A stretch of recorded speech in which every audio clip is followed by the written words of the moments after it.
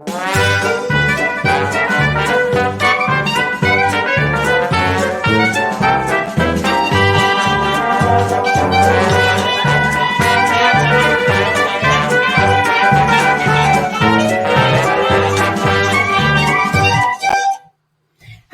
everybody. It's me, Candace, owner of Tubby & Coo's Mid-City Bookshop. And I know that I always say that I'm excited for events, but anyone who has talked to me for 5 minutes knows how excited I am about this event tonight, because we have Charlie Jane Anders and Felicia Day in conversation about Charlie Jane's newest book and her first YA book, Victories Greater Than Death, which is an amazing book. I'm really glad all of you have purchased it, because you will not regret that purchase. And without further ado, I'm going to bring them on and to have a conversation, and I hope y'all enjoy it. If I can get my mouse to work. Hello. Hi. Oh my God. Thank you so much, Candace. And thank you, Felicia, for being here. This is just like so exciting, and getting to hang out with you is just such a thrill and an honor and a privilege. I am always, I'm kind of obsessed with you, Charlie Jane. So whenever you ask me to do something, I will say yes. I think you're such an inspiration and such a voice of intellectual awesomeness in the geek world. So thank you for leveling up the geek world over the years with your writing and your community building and all of that. And I'm so happy to be here to discuss your new book, Victories Greater Than Death, which is a YA book. So I want to first give a shout out to Tubby & Coo's. You guys, I didn't know this about this bookstore. Just Google the picture and it is so pretty. It is the cutest little New Orleans bookstore in an old house. I can't even tell you how I'm drooling. Let me see if I could share a picture of this. Okay, if you see something weird, don't share. Okay, you're gonna see my desktop. It's fine. Can you see it? Oh no! Get away from here! It's like desktopception. It's like that was like Inception. It was like picture in picture in picture in picture in picture forever. It was awful. It was like technical difficulties. Oh my God. Anyway, it's an adorable New Orleans bookstore in one of those old New Orleans houses, and I'm just drooling to go. And they have board games. And so anyway, if you're in New Orleans or you want to order from somewhere online to support indie bookstores, please, please, please get in there. And have you ever been to the bookstore in person, Charlie Jane? I have not. I have not actually been to New Orleans in I want to say 15 years. I definitely have not been back since Katrina, and I'm really dying to get back because I love New Orleans, and I love, I've hung out with Candace a bunch.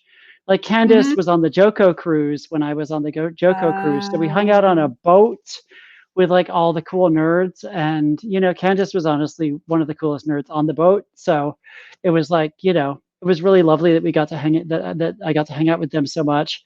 But the bookstore sounds amazing. I'm dying to go.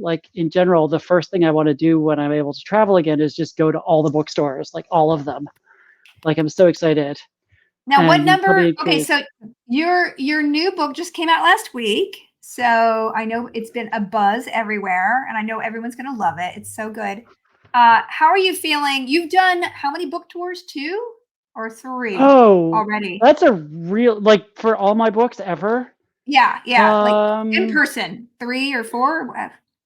I mean, that's a tough question because I did a book tour for my first novel, Choir Boy, back in 2005. And before that, I had done some punk rock spoken word tours where it wasn't exactly a book tour, but it was kind of a book tour. We were just kind of promoting zines and little kind of things that we had put together with mimeographs and staples and Kinkos and stuff, sleeping on the floor of some punk house in the middle of nowhere. Amazing. Yeah, that was an experience that I'm glad I had back when I could sleep on a floor and not just want to die for 3 days afterwards, which would be what would happen now. I think we have stamina. It's like when I look at hostels, I'm like, oh, you're way too old for that. There's no way that you could be in the top. Oh my God. Yeah, I mean, I used to just take the train across Russia for a week and just Wait, sleep what? on I mean, whatever. The point is, there used to be a lot more stamina, and there used to be a lot more willingness to put up with extreme discomfort for the sake of an experience. And now I think no, Now I No. would not like. Yeah, I took the train from Moscow basically to the far coast of Russia. Then took a Really? boat to Japan. Incredibly uncomfortable. Just like really, just packed in like sardines on this train in the middle of like Siberia. But You what a know. good story. What an awesome I know. story that you can draw upon now for all of your art, Yeah. right? I mean, if I ever need to write about people on a long space voyage, I have a lot of like stuff like that that I can draw on. That's basically like I almost went on a long space voyage, except that there was like borscht. There was a lot more borscht than there would have been probably in space. No, In no, no. space, I mean, you don't nobody could know. hear you Borscht eat might be the borscht. primary. You could make it the primary food in Oh space my on God. your in your canon. Listen, it's your canon. That's true. It is, I could just like invent like a reason why there's like space borscht. Space Yeah, borscht. space borscht. No, Oh, just saying those words together sounds awful. Space borscht. oh no.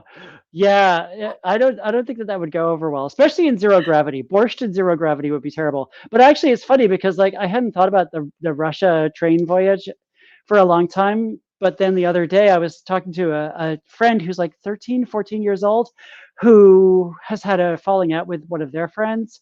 And I was like, yeah, these things happen. And one time I was on a train going across Russia with two friends of mine. And after like 2 days cooped up on in this tiny cabin on this train, one of the two friends I was traveling with decided that we were not friends anymore.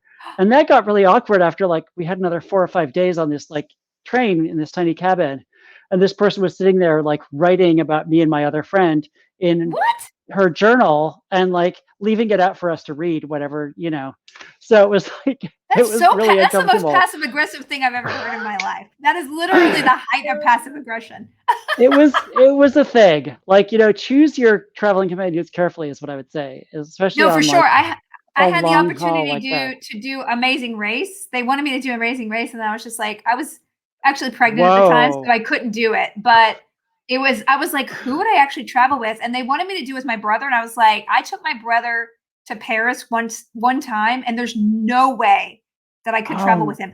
Wow. My measure of a good traveling companion, and correct me if I'm wrong, Charlie, but you have to have the same speed with which you go through a museum, or they're going to be not a good traveling companion with you. That's such a good metric. That is such a good metric because some people will stop and stare at every single thing for That's like my an brother. hour. That's my brother. And I'm often the one who gets to the end of the exhibition and then I'm like, okay, I did the museum thing. Now I'm owed like a chili dog because like, like I love museums, but I just feel like, you get to the end and then you get a chili dog. And that's just like, No, especially 100%. in New York. 100%. But you got to get a yeah. reward. I mean, I'll like stop at the ones I'm really attracted to, but the glacial pace with which we went through the Musée d'Orsay, I was like, honey, we need a crepe right now. Yeah, seriously, crepe, chili dog, depending which city you're in, like depending on the city. Or if we were in New Orleans, like we could get all kinds of things. Like God. Oh, for sure. Gumbo. The New Anyway, okay, Orleans let's talk food, about your book. Just like, okay, yay. Yeah, I'm sorry. I mean, listen, everybody's got your book here. They're going to enjoy it. They're going to read it. Now, I want to talk about the cover because I got an arc of it, and it was a different kind of cover. Both covers were incredible. I think you have such an eye for design, and I don't know how much involvement you had in that. Oh, not you at all? Okay. Not even remotely me. It's very different from the arc. Can you tell me about that and that process of interacting with your cover and what you have input in and what you don't, or you're just like, oh, wait, whatever? Yeah, I mean, actually, they did ask for my kind of feedback on the cover, which is a courtesy. Like authors don't always get that kind of input, and it's like depends on whether they, depends on whether they want to give you that input. But yeah, so the cover of the arc. Let me see if I think I've got it here. Sorry, I'm just awkwardly reaching. No, I was too lazy to get mine. I was like, you should go get that if you're going to bring it up. So here's the other cover. This is the other cover, and basically what happened, I think, and if my Miriam, my editor, would know more if she's here, but basically what happened is this cover was like the original cover we were going to go with, And I love it. It's just like, it's got this whole anime feel. Yeah, It's very like, anime. Yeah. it's very kind of like exciting. And I think that, book marketing is such a weird thing because the cover has to like tell you what kind of book it is and tell you what to expect and like all this other stuff. And I think people thought that this looked too much like a graphic novel, perhaps. Yeah, And I see that. Yeah. also that it didn't say like young adult fiction enough. And that, especially for an author like me, who's already published some adult novels, they wanted to make sure that people could look at the book at a glance and be like, okay, this is not another adult novel Gotcha. from Charlie Jane. This is, so we were like, so then they came back and they were like, this is now the cover. But the amazing They're thing both is that they beautiful. used, I lucked out so much. Like, I love both of these covers and I love the UK cover. I feel like I've got 3 amazing covers so far. I don't know what that one But looks like. I gotta check it out. oof, do I have a copy? I don't even know if I have a copy of the UK edition yet. It's somewhere. Anyway, It's okay. but basically, so I lucked out because they took this artwork and made it into the kind of inside front cover, the inside jacket of the hardcover. So you get both. If you buy the hardcover, you get both pieces of artwork. It looks amazing. It's just so gorgeous. I'm just like so happy with how it turned out. It's so important too. It makes you feel cool. Like either of those covers would make me pick it up in a store. And the good thing is people can be in stores now. So hopefully it will attract everyone. So let's talk about, I have a lot to talk about. Also, y'all, if you post some questions in the chat, we'd love to talk and address your questions. Drop your burning questions, or if they're cold, if you're cold or burning. Or slightly lumpy. Just use some tongs. Use some like tongs if they're really burning. Like don't like try to. Exactly. I'll use my penguin. I don't know what I'm doing. So talk to me about, you have 2 adult books that are so in fact fantastic. What inspired you to write a YA book? Because that is it's a very different genre. Is it a different genre of writing? Like, just talk to me about why and like the process of writing YA versus a more adult, quote unquote, sci-fi fantasy. Yeah, I mean, so the term genre is kind of one of those terms that's like hard to like. It's hard to like. It's smushy because like I think YA is not technically a genre. YA is a category, but all of these terms are made up and none of them really mean anything, and they're all just about like how we can label a book so that people who might like it would find it, But I think that YA is definitely a very different approach to like writing and storytelling and all that stuff than adult fiction. And, I mean, basically my agent kind of came to me and was like, well, maybe you could think about doing a YA at this point. This was like, I think after All the Birds of the Sky had come out. And I was like, okay, I'm definitely think about it. And All the Birds of the Sky, a lot of people felt like that book had some YA elements to it, like because the first 100 pages, the characters are teenagers, and like there's kind of like I kept hearing that people were like, oh, it's kind of a YA adult crossover, and I was like, okay, well maybe I could go the other way, and like so basically, yeah, and so I was like, okay, and I sort of looked at what had been happening in YA lately, and like I felt like had been happening in YA. They were talking like 4 or 5 years ago now, was that YA was just getting. I felt like YA was getting more fun. Like there were a bunch of YA books coming out around that time that I was just like, this is just a fun romp. It's an action adventure novel. It's basically like, just a fun action movie, but on paper. And so like, you had like Warcross by Marie Lu. You had like Want by Cindy Pon. You had a bunch of books coming out that were like just had like they still had angst, they still had a lot of feelings, they still had all the stuff that I love about YA, where it's like really emotionally intense, but they were also just like a fast-paced, exciting epic adventure where it's just like we're going on a quest, we're doing a heist, we're pulling a con, we're joining in like an esports league. It was just like fun. And so I was like, well, I really want to write a book that's just like nonstop fun, because that sounds like a nice thing, change of pace. And and then I thought about like my teenage self and how all I wanted was for aliens to come down out of the sky and be like, you don't actually belong on this planet, come with us, you're actually an alien. You actually belong in space with us. And so that was all I wanted to happen, like ever. And so I just kind of put that into a book, and then it kind of turned into this whole thing about like, what all my books are about, which is trying to figure out who you are and what kind of person you want to be and what kind of things you have to do to be the person you want to be, kind of, which is just like, that's like every book that I've ever written, pretty much. Yeah, no, it's so interesting. One time, I think in another, either an interview or something we did together, you said, I always sit down and I really ruminate about why I need to write something. And like, I've really taken that to heart because I'm writing a couple things now and I'm just like, okay, it's really great to have this element or this genre, but I'm like, why do I need to tell this story is so important. And like, was it the fun romp that particularly, like, was it just fun, or was there something about the main character that you wanted to really gnaw on for a while in this particular book? Yeah, I mean, I think it started out as like, I want to write a fun romp, and then it kind of turned into, I want to kind of get into this thing of like when I was a kid and like wanting to leave Earth. But then the more I was working on it, the more it really was about like, this thing of kind of how to be a hero and what does it mean to be a hero. And like, we're all like, obviously superhero films and TV and everything is like now basically all of pop culture, like as of like the last 4 or 5 years, like everything is superheroes now. And like, Mhm. I think that we all want to believe that heroism is possible and that you can actually make a difference and that you can actually be heroic and like achieve something like awesome and like actually, yeah, have an impact, have that impact on the world. And so I sort of was, it's just like, what does it mean to be a good person, kind of, especially Mhm. when there's so much injustice and so much just like grinding systemic oppression and exploitation in the world, you know, that we're just Yeah. all hyper aware of. And so that's kind of like, that that's what I kind of keep coming back to lately, is just like, how do you go to be a good person in a world where things are just severely messed up? And I so that was love kind of the that. thing that, yeah.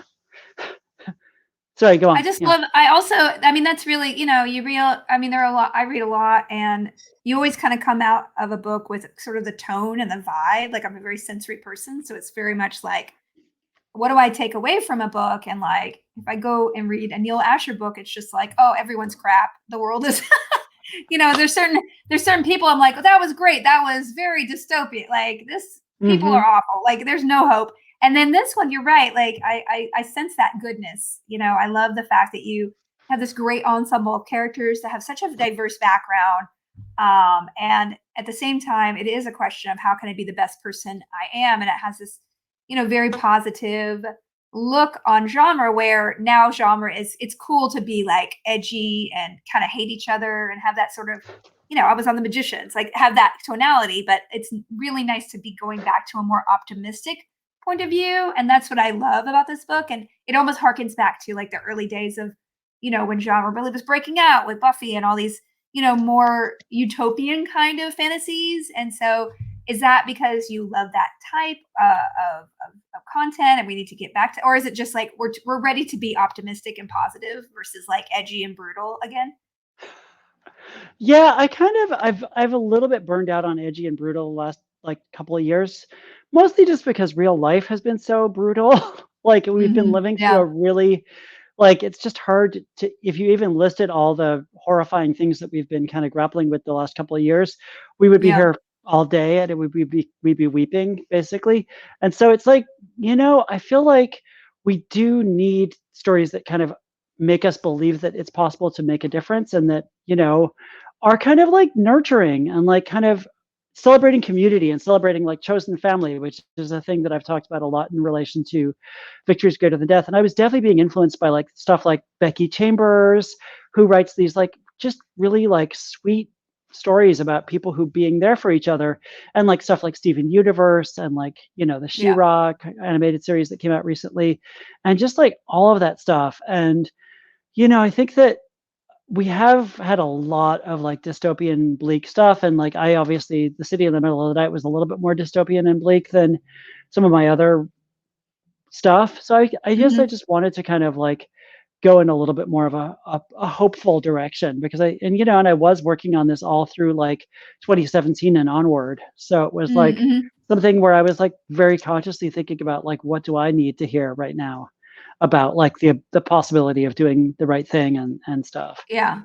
Do you have a relationship with any young adults, or have you done events with young adults? And when you were writing for this genre, did you have in mind what you wanted to kind of teach? Because that's what I feel like when I read this. I'm like, oh, my kid's 14. I would love to give it to her, because not only is there amazing inclusiveness in it, I mean, people are very clear about the pronouns they need, they prefer, and the diversity and very humanization of trans and all these the gender identity and different racial identities.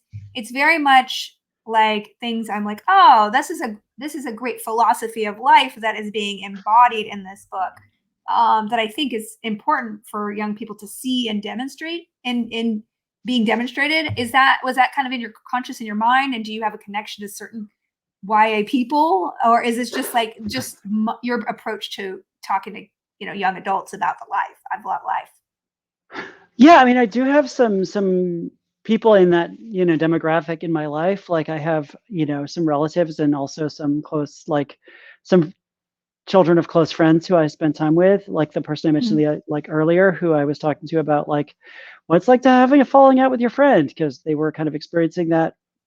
And I don't want to get into that because that's their business. But anyway, yeah, I feel like it's so funny. Like I was at the Nebula Awards. I want to say it was like 2018, maybe.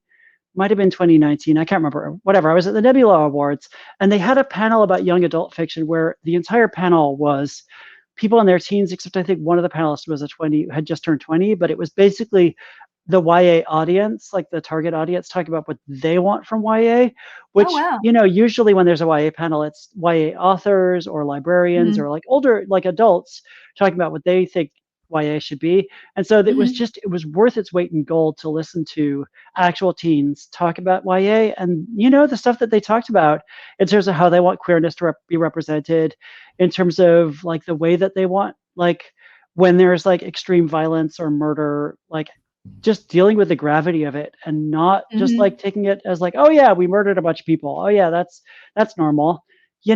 Just stuff like that, like really kind of hit me. And it was kind of, it kind of dovetailed with what I'd already been thinking about, like because I had already written a draft or two of the book, and I'd already kind of had that in my mind, but it really kind of drove home to me that being mindful about that stuff when you're writing for teens especially is really, really important. And like, I just, I did think more about like the responsibility of the pronoun thing, like consent, like showing consent really carefully. Yes, that and was like, something I was really impressed with as well. Yeah. And I really redoubled my efforts to avoid certain types of language in the book. I tried really hard to make it something that didn't inadvertently model, stuff that, like, I mean, ideally writing for all ages, you should be careful about this, because we all need more positive and kind of healthy representations of queerness and human interaction and everything. But I felt a special responsibility with this book, and it definitely has rubbed off in terms of like how I approach my adult writing in going forward, kind of. Like I think that I'm going to be more mindful in general writing for any age group. I mean, yeah. I mean, the way, I mean, that's why art is such an effective teacher. It's less teaching people, but demonstrating. And so, like for my kid, I don't use pronouns when we read books. Everything is they, because why? And it's really remarkable when you read children's books, if you change pronouns to they, how genderfied everything is. Like if it's a she carrot, it's going to act much differently from a he carrot in the writing. And so these are unconscious things that we really impart to children that I never noticed until I had a child myself. And so I think that's it's really interesting as somebody who writes for those demographics. I mean, I wasn't exposed to it, right? So the fact that you kind of had this eye to really talking to the demographic in a way, I think it really shows, because it feels very now, but also aspirational. So good for you on that. I loved it. Well, thank you. We have a lot of questions, so I'm going to start peppering them in. Felicia, how did you first discover Charlie's work, and what did you like about it? Okay, this is not my panel. But I first discovered I remember I first met you at a Starbucks under the Indigo Ballroom. Remember? I don't know. Wow. Oh my God. With Annalie, like I think I met both of you, and I started fangirling out because I thought IO9 was such a great website. And I was like, oh, finally, it's a website that talks to me as a geek, because I'm not a sort of, I mean, I am wearing a Thor shirt right now, so I don't have really excuse, but I'm not a really a brandified geek, I feel like. I mean, I like geek content, but I'm not like, I don't feel like a real commercial geek in a sense. I do like the strange and the subculture of geekdom more than the mainstream. And so I love how that site really flew the flag of that. And so that's how I found Charlie's work. And just following your career over the years is so phenomenal. I love how you've turned from a person who loves other people's creation. I mean, I know you were always a creator, but like really taking that path from covering other people's creativity to creating. And can you talk a little bit about that? Because I think that would really resonate with people. Yeah, I mean, it's so funny. What I always say about IO9 is that I feel like I got paid to go to grad school, kind of. Like, I feel like I got paid and to basically sit there and obsess about like genre and writing, and like I got to write all these articles about like writing and stuff, but also just like a lot of the time, like the most fun that I had on that show, on that site, was either like geeking out with creators and like getting to interview people and being like, okay, so talking through the creative process that they went through on their projects. And like I got to interview some of my favorite like creators. Like I got to like sit in a room with like Ryan Johnson back when he had just released, I guess, his second movie. Like they put us in a room together for half an hour, and I just got to like ask him whatever I wanted about writing. And like, just so many other like creators that I admire, I got to just kind of pick their brains, and some of them I've gotten to be a little bit friends with since then, which is amazing. But also doing like, I feel like some of what I was doing, like I was kind of teaching myself to do criticism a little bit while I was working on that site, and I think kind of got more sophisticated as, hopefully, I'm knocking on wood, I think I got a little more sophisticated as we were going along, rather than just like, we're going to either gush about this or we're going to make fun of it, depending on how we feel about it.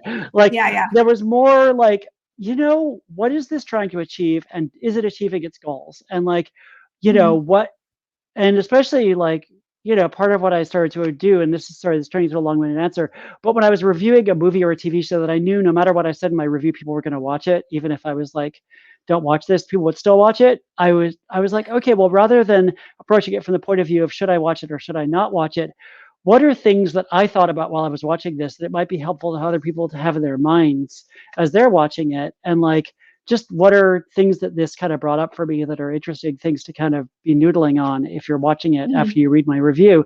So I don't know. Anyway, so I felt like it just kind of, it made me a better writer. It made me a better fiction writer, because I had it made me think a little bit more differently about like stakes and just world building and all those aspects that, are just so difficult. And like, I feel like it made me kind of like a little bit more mindful in general about how do you turn off, but having been a critic in a sense, because you are kind of analyzing and deconstructing and sort of picking apart somebody else's artistic work, like for good and worse, how do you turn that off in your brain when you're creating yourself? Because it's almost like, for me as a person, I'm almost too self-aware. Like it's very hard to get out of a demonstrative headspace when you're working, and you can't create like that, anything organic to yourself. So having been so many years in that sort of headspace, how do you switch between that and, okay, I just need to block the world out and make something that's only me? Like how do you exercise that part of your brain? Because it's really tough for me. Yeah, I mean, I was worried about that for a long time. I was worried that I would like start getting in my own way because I would overthink stuff like that, or that I would, or that I would kind of keep falling into like the snarky kind of like critic voice when I was trying to like write something that was like not, that voice wasn't appropriate for. I think that, part of it is what I said before, the thing I said before about like, if you approach it from the point of view of like, what was this person what was the creator of this other thing trying to accomplish, and how did they go about accomplishing it, and how did they succeed or how did they fail? I think that that's actually a good thing to have in your head when you're working on your own stuff, about like, what are my goals? How am I trying to accomplish them? What does success feel like in the context of this work? Like, what do I want people to get from this? And like, also the other thing is, we are now living in kind of a very new and different era of creativity, in that, even like 10, 12 years ago, we didn't have like tvtropes.org, and we didn't have like, the encyclopedic knowledge of tropes that we have now. Even beyond TV tropes, people are just like anytime you do anything, there's like you're doing a trope that a lot of people have done before. Mhm, mhm. And, you have to have that in your mind because your readers definitely will. They'll be like, "Oh, you're doing the, like, pretending to be a prisoner to get inside the building to rescue someone trope. You're doing the, like, Mhm. you know, my best friend's girl trope. You're doing the." And so the audience is gonna be, like, aware of the tropes you're doing, and so it's not a bad thing if you're aware of it too, and if you're just, like, thinking about, like, "How can I make this fresh? How can I avoid falling into all the" really, the problem with tropes is when you're falling into things that reinforce like negative, horrible social, stereotypes or whatever. But, Yeah. or Yeah. things that are just kind of like unreflecting. And so I think that that kind of mindfulness is not a bad thing. It's bad if you start kind of like over obsessing about like people are going to hate this, people are going to say you know, like get that out of your head, get that, that kind of hypercritical imposter syndrome like tearing everything down voice out of your head for sure. But Mhm. I actually think overanalyzing and overthinking while you're creating is not a bad thing necessarily, depending on if you give yourself also space to try stuff and kind of give yourself a little bit of like, especially for a first draft, a little benefit of the doubt of like, we're going to just do this and see how it turns out. And as long as I'm Yeah. having fun. I mean, I think that's it, right? Like, what is constipating you, or what is letting you actually create? And I think that that's something that it's good to be intellectual and kind of think about why you're doing something. What do I have to say about this that makes me excited? But when you're doing it out of fear, that's when you're paralyzed because you're not really thinking about what you can do as an artist. You're thinking about what you can't do to piss people off Hmm. or step in the mud or do a TV trope like, oh, damn it. Those things don't matter as long as you're really putting yourself into your work, that's what I love about your work. It's so individualistic. It's very much like your voice. And that's really hard actually for people to do because we come from sort of a very meta world anyway. And so, how do you look at a space opera in a new way? How do you look at a superhero genre tale in a new way? It's so incredibly difficult. And, I think you've really accomplished something special with this book. We have, let's see, Charlie, could you please talk about the impact living in Hong Kong has had on your worldview and by extension, your writing? I didn't know you lived in Hong Kong. When did you live in I Hong Kong? Are you there now? I did. No, are you asking if I'm in Hong Kong now? I'm in San Francisco now, but Okay. yeah, I was like, jealous. no, God, I mean, I feel so. First of all, God, I mean, I feel so awful about what's been happening to Hong Kong. I mean, I don't want to get into like a total bummer, but God, it's so upsetting. Like it Mhm. feels like something really amazing is being kind of destroyed right now, and I'm sad about it because Hong Kong is an amazing place. I lived in Hong Kong for I want to say 2.5 years, and I was working as a journalist there. I worked that was my first journalism job, and like pretty much out of college, and Wow. yeah.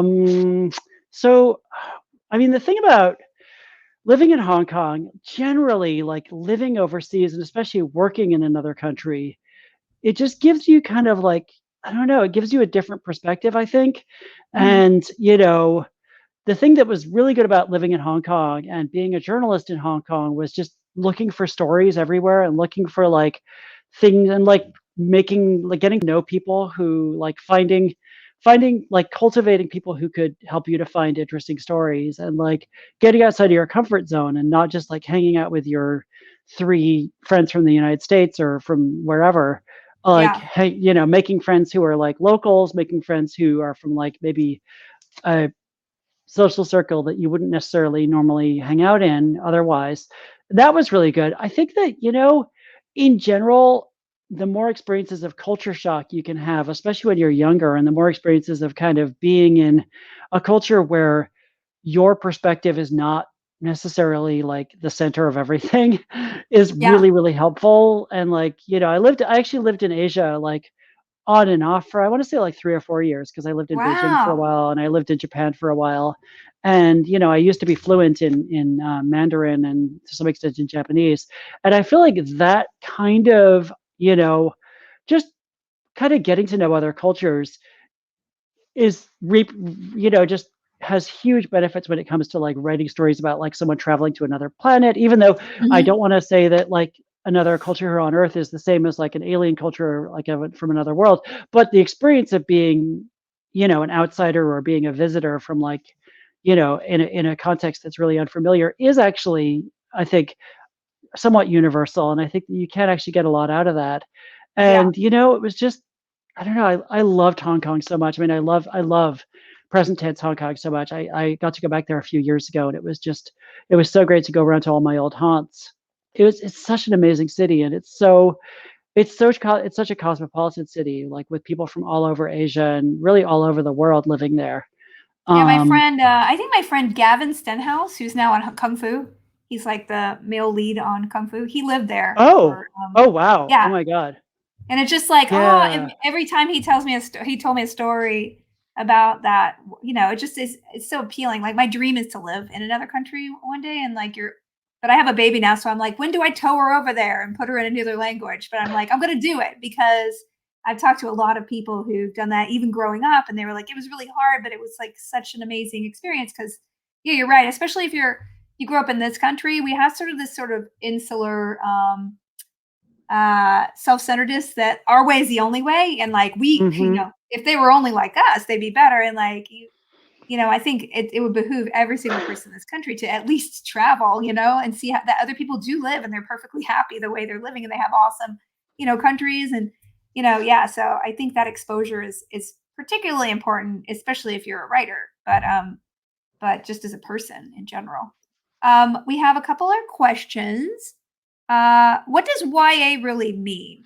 You touched on this before, and I think that's really interesting because wouldn't All the Birds in the Sky be called YA? You talked about it a little bit, but what, because there is this weird division. Are there any rules as you were writing? You were like, okay, I can't have this. I can't have this. Were there guidelines and rules? Because I know in TV, I develop a lot of, as a producer, I've developed mini shows, especially in the animation world. And like the difference between, there's no YA real animation. It's like kids and adult. And the delineation is like very severe. And there's a lot of things you can't do to cross between it. Is there that in YA novels? Wow. I mean, I feel like YA is definitely a know it when you see it kind of thing. And like Mm-hmm. that's part of why you need a cover that says this is YA and that just like kind of contains like elements that will make people think it's YA. I think it's very, very subjective. And I think that it changes over time. Like if you looked at a YA book from like 10 years ago, it would not be the same as a YA book from right now in a Mm-hmm, lot of mm-hmm. ways. I think that, the kind of defining features of YA are the characters tend to be like in their, I want to say late teens, like Mm-hmm. because you want to read a little older. It's like the how 17 magazine was being read by people who were like 13 or 14, Uh-huh. you Yeah. know? And so you want characters who are kind of in their late teens who are driving the story, who are kind of like have like enough agency or enough kind of like, you know, enough drive to kind of make the story move, like their choices are kind of Mm-hmm. pushing the story forward. And there's just a kind of an emotional intensity to YA and a kind of an immediacy usually, and like a Mm-hmm. fast pace. Like the other thing is that the pace is very, very, very fast. And there's not a lot of irony or a lot of like the author is not kind of standing back like judging the characters or inviting you to judge the characters. It's like Mm-hmm. we're right there. The character's perspective is the character perspective that we are in. And Wow. I think that, but it's really nebulous. And like you could point to like 20 recent YA books that violate all of what I just said, like seriously. And Mm-hmm. like, generally YA has less sex and violence, but not always. And like, there definitely are YA books being published by like major publishers right now that just go like full like PG-13 R-rated or whatever. And, I think you can do PG-13 in YA pretty like you can, anything that you could do in a PG-13 movie, you can probably do in a YA book without anybody batting an eye at this point, but Yeah. it's super nebulous. All the Birds in the Sky, I feel like because they become adults a third of the way in, and actually the characters before that are too young for YA. They're like 13, 14 Yeah. Yeah. Yeah. at the start of the book. And then also, I think that, the book, there's like a lot of layers of like irony and kind of like, complicated narrative stuff happening in that opening section that kind of I was hoping would mark it as not like fully YA so that people wouldn't think that I had kind of pulled the rug out from under them. Like, there's just stuff in those opening pages that's like a little bit more kind of a little bit more distancing and a little bit more kind of complicated in terms of As like you what were the narrative writing, is doing. did your editors come back with a lot of notes with your manuscript? I mean, I assume, are you the kind of writer who does your whole manuscript and then sends the whole thing in, or do you go like chapters? Like, how do you work? And then did you get a lot of feedback on like the tone of this, needs to be a little simpler? Like, was that maybe something you had to deal with as a writer? Yeah, I mean, I feel like with all the birds of the sky, like in general, I do try to like, I think I will hand in the whole book and then get feedback from my editor. And I think with all the birds of the sky, there was one publisher actually, and some agents I think also turned it down because they thought that the first part was too YA, and they was like, this is gonna confuse people. But at this, yeah, I feel like, in general, some of my beta readers for All the Birds of the Sky were like, okay, the opening chapters are a little bit too like kidlit and a little too like my original opening chapters of like the first chapter where Patricia finds like the injured bird was kind of written in a very fairy tale style originally, and people were like, okay, this is giving me whiplash, and like you can't go that far into fairy tale and then pull back and go in a different direction. You have to kind of like, so I did kind of work on that. What But I about also, for this book? For this book, yeah, what about for this book? For Victories, I definitely got a lot of feedback from like, especially from my editor, from Miriam, being like, okay, this book isn't quite YA enough. And specifically like the first like half of the book was moving a little too slow, took Tina and the other characters too long to get up into space. And there was some stuff that kind of happened where Tina wasn't fully driving events in the opening chapters. And so it was actually a really tough revision. Like I basically took, I want to say the first like 40,000 words of the book, I cut like 15,000 words out of that. So wow. Yeah. So, and I had to write a whole new opening and a whole new, like, it was just like, kind of had to rethink the opening of the book to try to make it more kind of like hitting the ground running.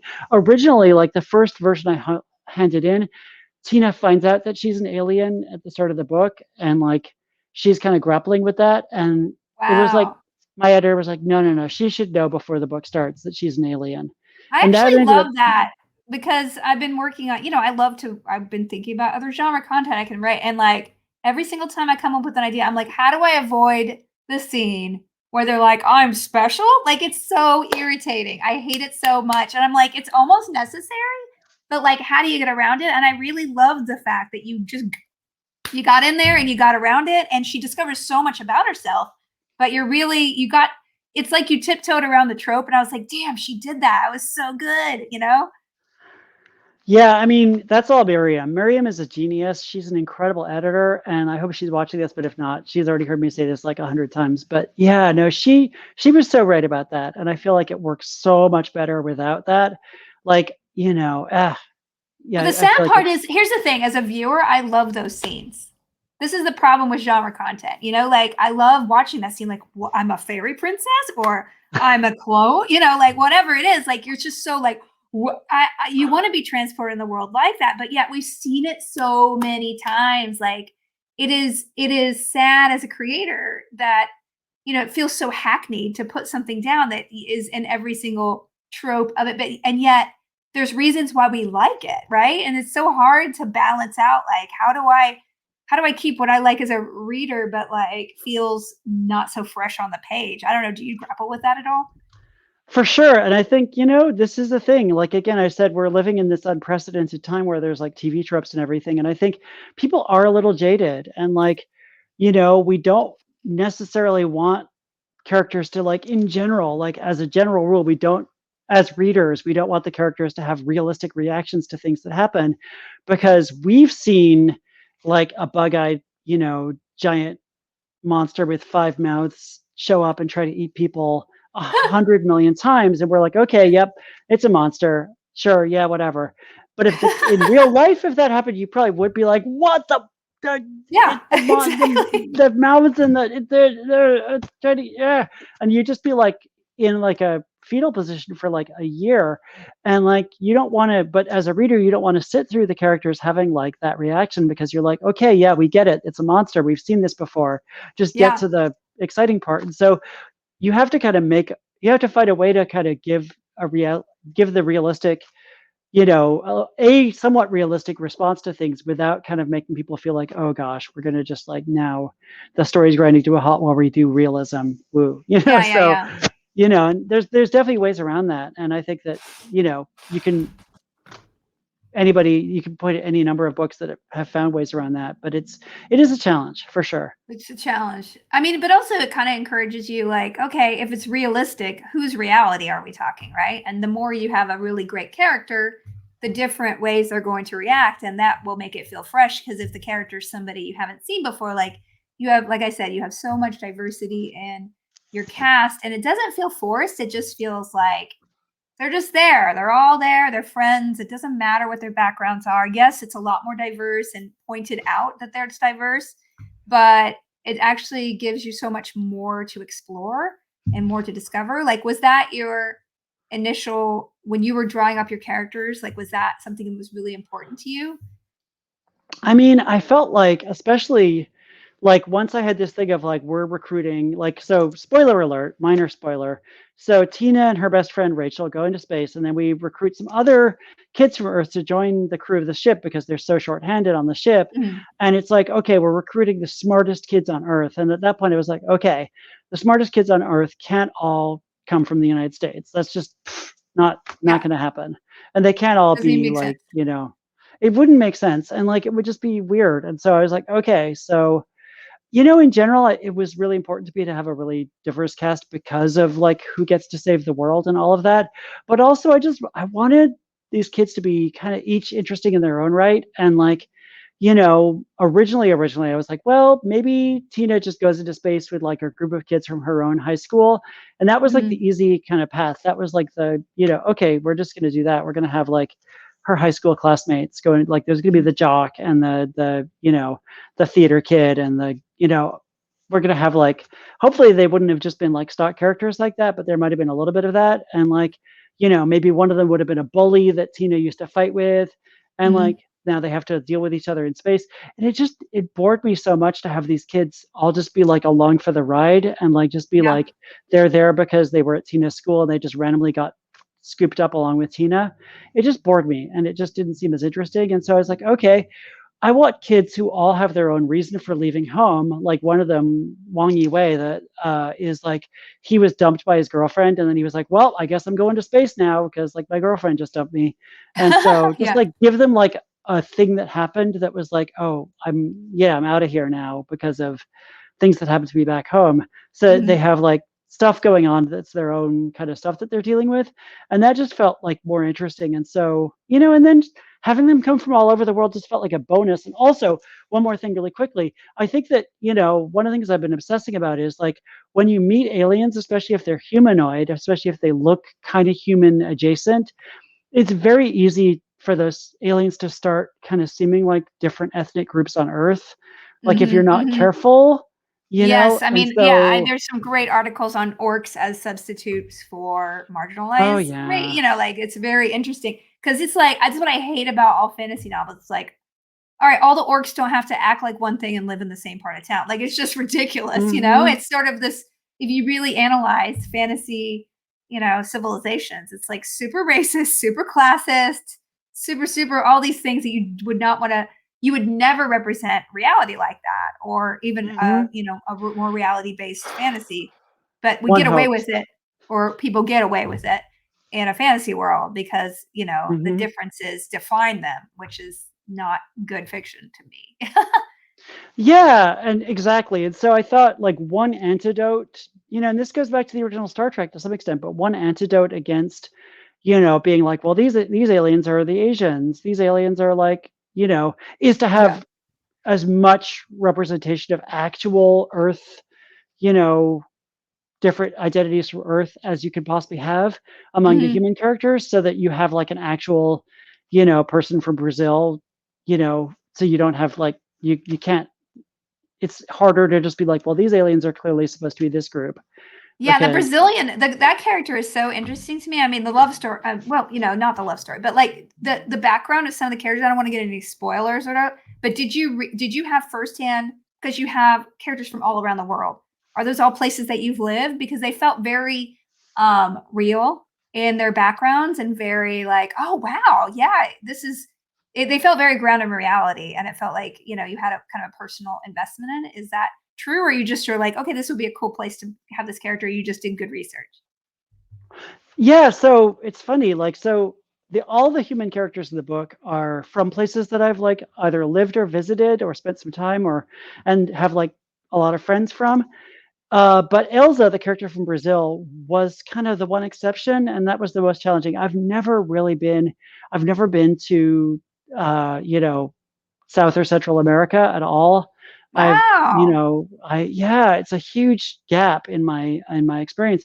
And so basically, actually, I made friends with a trans person in São Paulo named Haley, Mhm. and she like we spent at this point, like I want to say we spent like 200 hours on like Zoom or Skype or Hangouts or whatever, just like Wow. talking about like life in Brazil. And she's been now, so I started basically when I decided I was going to write a Brazilian character, I started teaching myself Portuguese with Duolingo. And like I had not spoken a word of Portuguese, but I was like, I'm just going to learn Portuguese, going to watch a lot of Brazilian TV. Learn it. And it's actually kind of a tough language because there's all these irregular verbs and like the pronunciation is kind of tricky. It's not as easy as It's some of very the other it's Romance very foreign to languages. the ear, especially if you know French or Spanish. It feels sort of like, oh, what are you drunk? Is saying, not to insult anybody who's from Portugal, but it to the ear, to the untrained ear, it's a lot more less familiar than other Romance languages. Yeah, and so I read a ton of books about Brazil. I have like a giant stack of like Brazil research books. And Wow. I talked endlessly with Haley, and Haley's sensitivity read Victories and also the sequel to Victories, and like gave me just so much feedback. And now Haley's teaching me Portuguese every week. Like we're just doing a weekly Wow. Portuguese class, and that's freaking amazing. She's just like a god. But the sad thing is, so I was going to go to Brazil. I had a whole plan to go to São Paulo. And in fact, my plan was do the Joko cruise. The Joko cruise sails from Florida. Mhm. Florida, like if you're going to fly to Brazil, flying from Florida from like Miami is like the best plan because it's just like a super easy flight. And then, stuff happened. There was like a regime change in Brazil. I decided to kind of wait and make Yes. sure, Yeah. and then COVID hit. And basically, I keep being like, I'm going to go to Brazil. And then I keep not getting to go to Brazil. So I've really had to rely on like Haley and some other people in Sao Paulo and like just watching endless documentaries and endless like just random Brazilian TV and just trying to like, but honestly, Haley has been like a godsend in terms of like making this Yeah. character as Well, that grounded and character as and the real as I can. world and their backstory is just like so real. I mean, it was very visceral and like, kudos to you as an author because it Well, really thank felt very personal. And, the is fact that like you had somebody to channel, it really comes through. thank you. Um, Yeah, I mean it's it was fun. It was actually really fun to do that, to do Now that you just work. mentioned the sequel to Victories. You already have that done? Yeah, I mean, I've I handed it to my editor. She gave me some feedback. I handed in the revised version at the end of March, and so Wow. it's with Miriam now. I'm hoping, we'll be able to reveal more about it soon. But it's basically done. I think we're going to be at this point. We're at the stage where we're just kind of like tweaking and kind of making sure that all the ducks are like doing whatever you want the ducks to be doing. I don't know. How long did it take you to write the first novel, and how long did it take you to write the sequel versus, was it more heavy lifting? Because I hear second books are so hard. A lot of authors say that's harder, but then some people have the Yeah. reverse. I mean, middle books of trilogies, I think this is my first time writing a trilogy, so it's like really new to me. But Wow. middle books of trilogies you have to really kind of, you have to change things up. You have to kind of broaden the world. You can't Mhm. resolve anything Yeah. necessarily in the second book. It was tough. And like, so, I mean, I started kind of building the world and kind of just noodling on it, the whole thing in like the spring of 2016. And then, the first book took me I feel like took me like couple, 2.5 years to write. And then the second book I've just been kind of working on and off. And of course I went and worked on a TV show and I did some other stuff. Yeah. So there were interruptions, but I was working on it steadily the whole time. And, it was so tough, partly because here's the thing. First book, there's a lot of stuff where I was like, well, I'll explain this later. Oh, I'll get to this later. Oh, I can get to that in the second book. Oh, I don't have to explain that yet. And then in the second book, I'm like, what? Why past me? Why did you Why do didn't you that? figure it out beforehand? Oh, isn't that the curse? Like I've been I spent the whole year like making pitch documents and like things that I have ideas for, but I've quickly realized you have to know what you're going to do if you were doing the whole thing. Don't slough your way through a pitch document and not know what your answers are, because you do not want to sell something. And in books, you kind of don't, you either have a whole manuscript done or like 80 pages. You have to have a lot of a book done to sell it, under normal circumstances. So you don't get away with that as quite as easily. But yeah, it's hard to be able to retrofit answers in. It is so hard. And there's definitely I'm lucky. I don't think I've yet run into a thing where I'm like, can I still go back and change the first book so that this is different? So luckily haven't had anything major like that. But yeah. There was a lot in the second book where I was like, okay, I set up all this cool stuff that I was like, I kind of knew what it was, but I didn't have it fully worked out. And now I have to go back and work it out. And I think it actually turned out, I'm actually really happy with the second book. And, what I will say is that all of the questions that are raised in the first book are answered in the second book. Like you don't have to wait for the third book to find out the stuff that you are wondering about, and everything pretty much everything is moved forward in a really kind of intense way. That's awesome. It's not just treading water. No, that's wonderful. Yeah, I mean the great thing is I think when you're building, like I said, when you're building a world, and you are such a good world builder, there's always things you can peel back. There's always things you can dive in. There are a lot of I want to know so much more about the different species and just the wider world of space. It really is a world you can dive in and explore all angles of. Charlie Jane, I have to thank you. Our time is up, but I want to just thank you for inviting me to have this conversation and congratulate you on your book. And I hope everybody in the audience loves the book as much as I did. Thank you so much, Felicia. I'm so grateful to you for doing this. No worries. Hi, Candace. You're back. Hi, Candace. I love your shirt, by the way, Candace. I love your shirt, Candace. Oh my God, that's amazing. I love it. And I thought it was great for both of you because it's a Felicia shirt, but Embrace Your Weird is something that I feel like Charlie Jane also sort of promotes in your stuff. So I was like, this is a really good shirt to wear for this event. Just a little bit. And we were talking in the chat about the sequel because someone was like, oh my God, is there a horrible cliffhanger at the end of this first book? So I told people there's not. Don't worry about that. There's definitely things that are left open. You want to read the second one, but it's not so cliffhanger. It's not going to be, damn you, Charlie Jane. It's right. Right. There's enough, but it's not too much. Exactly. So thank y'all. This was amazing. I could listen to y'all talk all day, but no worries. Everyone enjoy your books, get more books, support the bookstore, all of that. Support Tubby and Coos. There is a buy more books link down here that you can click on if you want to buy more books. Of course, all of you already bought this book, but you could buy another one. Victories Greater Than Death is what we're talking about today. I think Felicia has a book. Felicia has 2 books that you could buy. My books. Both very good, and also audiobooks that Felicia reads, and they're really great. I've read the books and heard the audiobooks. They're awesome. And I also want to thank everyone for buying tickets because this is amazing. And thank you, Felicia and Charlie Jane.